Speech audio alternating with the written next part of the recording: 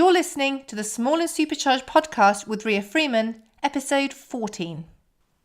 Hello and welcome to this week's podcast. Today you have me. We're having a little solo show all about why you should do your own PR. I know, poach your turn, gamekeeper and all that. But to give you a little bit of background, when I first started doing PR, I was quite different to how it is now. Social media wasn't anywhere near what it is now, and it was really magazines or very little. Then obviously websites became more popular, then social media just came and changed the game in a monumental fashion, and therefore the role of a PR has changed, in my opinion, hugely.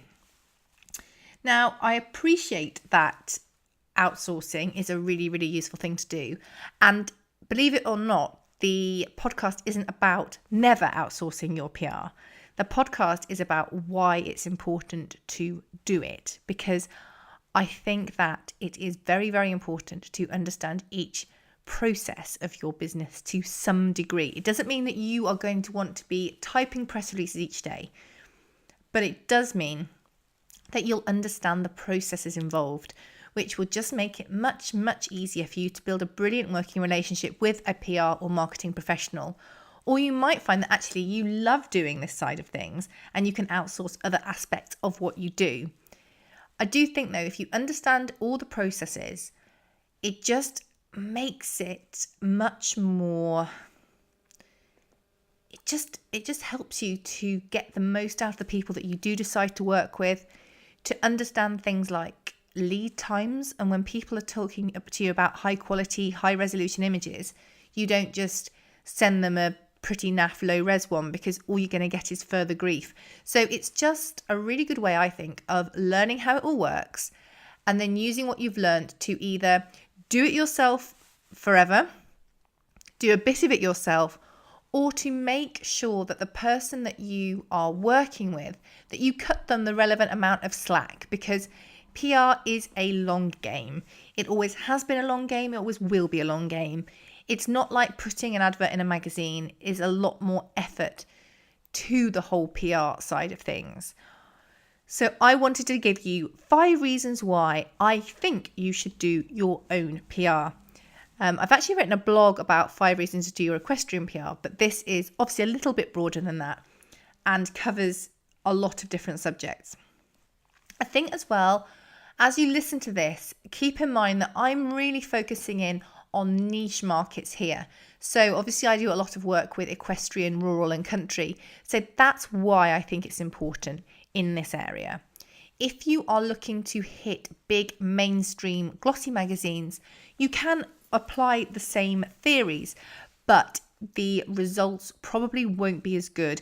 And that would be the time I would say, yeah, I think you should still understand all the processes, but to get the best results, you probably want to look more into getting someone who is going to speak to the editors of the big magazines, the big newspapers, the big websites, and will get you in there on a different level.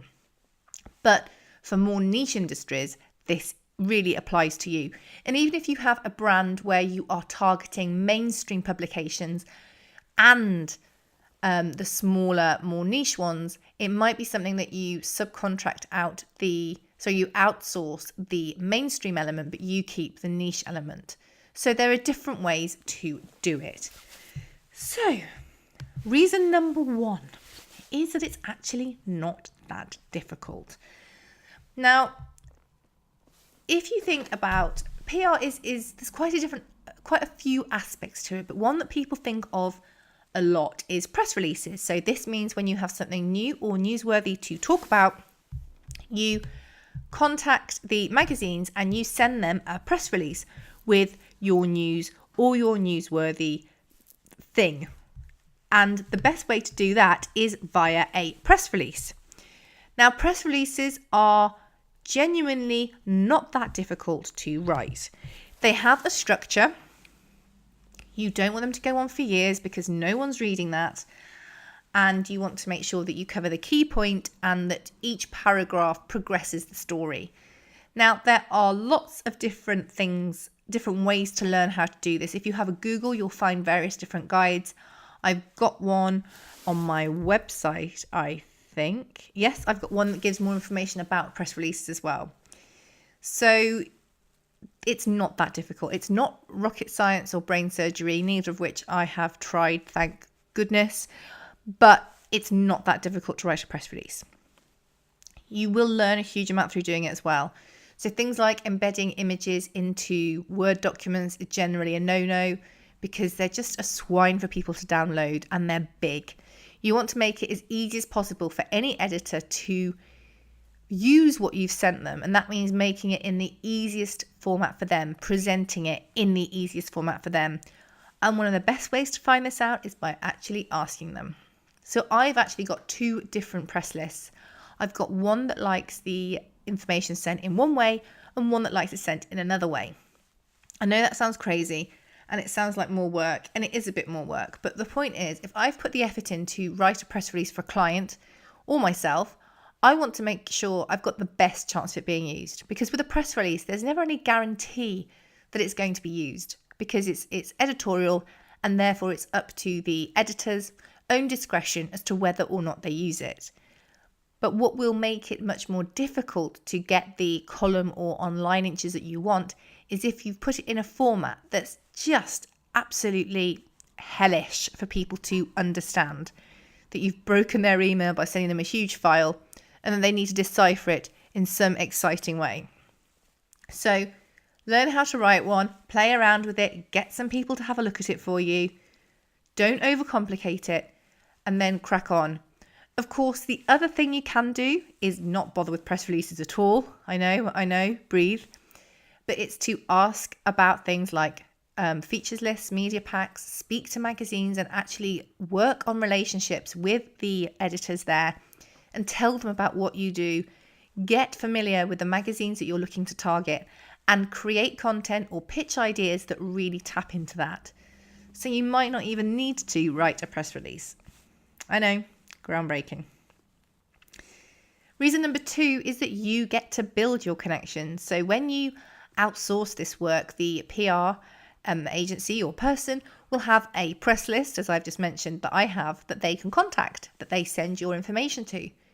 But that press list is theirs, and they shouldn't share that with you, because I know my press list I wouldn't share with people because the contacts on there I've built up over years and I have their permission to contact them. I don't have their permission to give their details out to the world, and I wouldn't. And it's taken me a long time to get those. But you can do the same. And yes, it takes time. I'm not going to lie. It's taken me years, and I'm always tweaking it because people move on from different jobs. New opportunities pop up, new bloggers, new websites, even new magazines that I need to add on to my list. But you can do this. You just need to start by finding the magazines you want to be in and working back from there. Reason number 3 is that you can nurture the relationship. So as we've spoken before, this allows you to nurture the contacts that you've made, to educate them about your business, and to really get where you want to go. By working with the magazine editors and the features editors that are relevant to you, you're going to get a much better idea on what kind of things work for them, and hopefully you'll be able to secure the best opportunities you can for them too. Reason number 4 is that you'll get to understand the process, and this is a really important one. The thing is, as I said before, PR is a really long game, and magazines work months and months in advance, some of them. Even monthlies work a month in advance, and regionals work a month in advance, at least, if not more. And the bigger nationals work much more in advance than that. So you need to be really aware of things like deadlines as point 1 of the process. So if you bring out a product in December and you expect it to hit the Christmas press, you're very, very far out of line on that. This year I was sending stuff for Christmas in August, and that's not unusual. I think understanding the process is really valuable. It also allows you to understand the pressures that anyone that you pay to help you with this are under. So you can get an email from somebody at quite late on a Friday and they want X, Y, and Z as soon as possible. Obviously, you don't have to do that. But if you can do it, the chances are you're much more likely to get that coverage. So having other things as well, like a really good image library with all the images in the correct formats available, which if you do outsource, a PR will be very, very grateful for. But also it means that you can access this information much quicker and send that out is really, really important. And the final area, reason number 5 as to why you should do your own PR, is money. So if you undertake your own PR, it will save you money if you put in the effort and get the contacts and get the press coverage.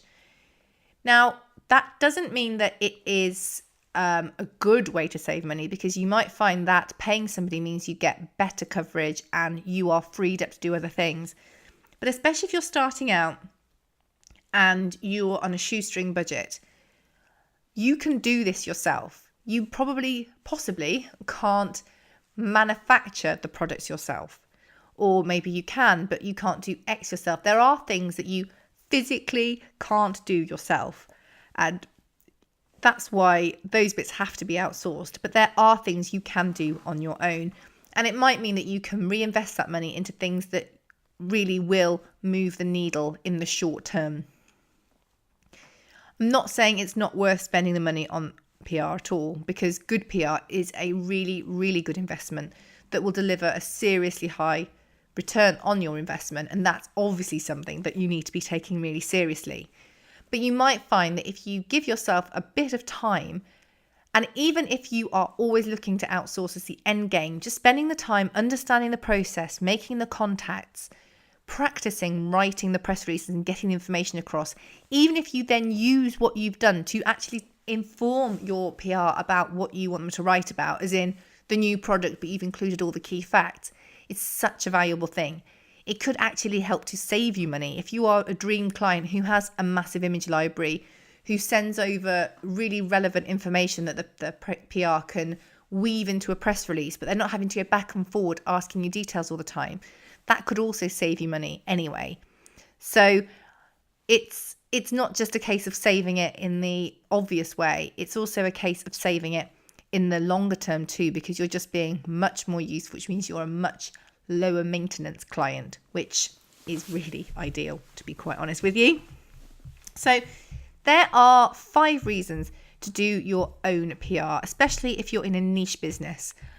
As I say, it's not for everybody, and it might mean that you want to apply some of the things we've talked about today very, very specifically. So maybe you have a PR that you work with who covers a lot of magazines, but you can even use the skills that we've talked about here to zero in on particular ones that you think might be really useful for you, to help you build your own contacts, to reach out to people if obviously your PR is happy with that, because you don't want to sort of tread on their toes or send out really confused messages, because that won't do any favours either. So if you're worried that you don't have the budget to do your own PR, or you're not really sure that you want to outsource it, don't. You don't have to. You can definitely get started yourself. I really honestly believe that. And I see people doing a brilliant job of their own. Of course, as they grow and get bigger, that's something they might want to outsource. They might want to look to improve their skills or what they're doing. But it is possible to do it yourself. There are things that aren't possible, but this one is definitely one of them, if you are prepared to put the time and energy into it. As I say, some people I know really, really love doing their own PR and marketing and have outsourced other elements of the business because they really like reaching out to magazines, bloggers, vloggers, websites, and being passionate about their product and their service, because that's what they do. So for them, doing their own PR feels very much as an extension of sales, and that's really where their passion is. So it depends how you view it. It depends where your passions and your skills are. If you're amazing at writing, then it absolutely could be that writing press releases is bang up your street. Writing blogs, writing articles, writing columns is absolutely in your zone. So it makes sense for you to outsource other aspects of what you do. So I hope that you found that interesting. Please don't send me hate mail. I just wanted to present a very different argument because I think it's really important to be really clear As I say, I do actually do PR work for people, but these are businesses who generally have got to the stage where it's something that they want to outsource because their time is better used in other areas. And I work very closely with these businesses, and I only work with a really small handful of them. So it's definitely something that I do actually still do, but it is more for people who are really on the fence, don't really know what to do, and either don't have the budget or don't feel they want to let it go, or feel that they'd rather push something else out of their system and keep this within their system, delegate other aspects of their job, but keep onto the PR. Or they might just find that really they don't enjoy it, and then it's best and easiest to get rid of it. So I will catch up with you next week when we have an interview podcast, which is set to be a good one. Don't forget, if you want more information on all these things, my blog's a really good place to go, which is just riafreemanpr.co.uk/blog. And I've also got a membership group, which I kind of realise I don't really promote enough. So that's the Small and Supercharged Mastermind group, which is where we have challenges, knowledge bundles, live a week, all these kinds of things to help you with different aspects of your business or your hobby or your blog. So we have actually done a press release knowledge bundle, but we'll also do things like blogging, videos, all kinds of things like that. So if you're interested in that, that's also on my website. So that's riafreemanpr.co.uk. And then along the top, you'll see Small and Supercharged Mastermind, and that's where you want to go for that. Spoiler alert, the next bundle is a corker. So I'm going to love you and leave you now. Thank you so much for listening. And next week's going to be a good one too. It'll be a really good interview. But now it's over and out from me, and have a really, really good week.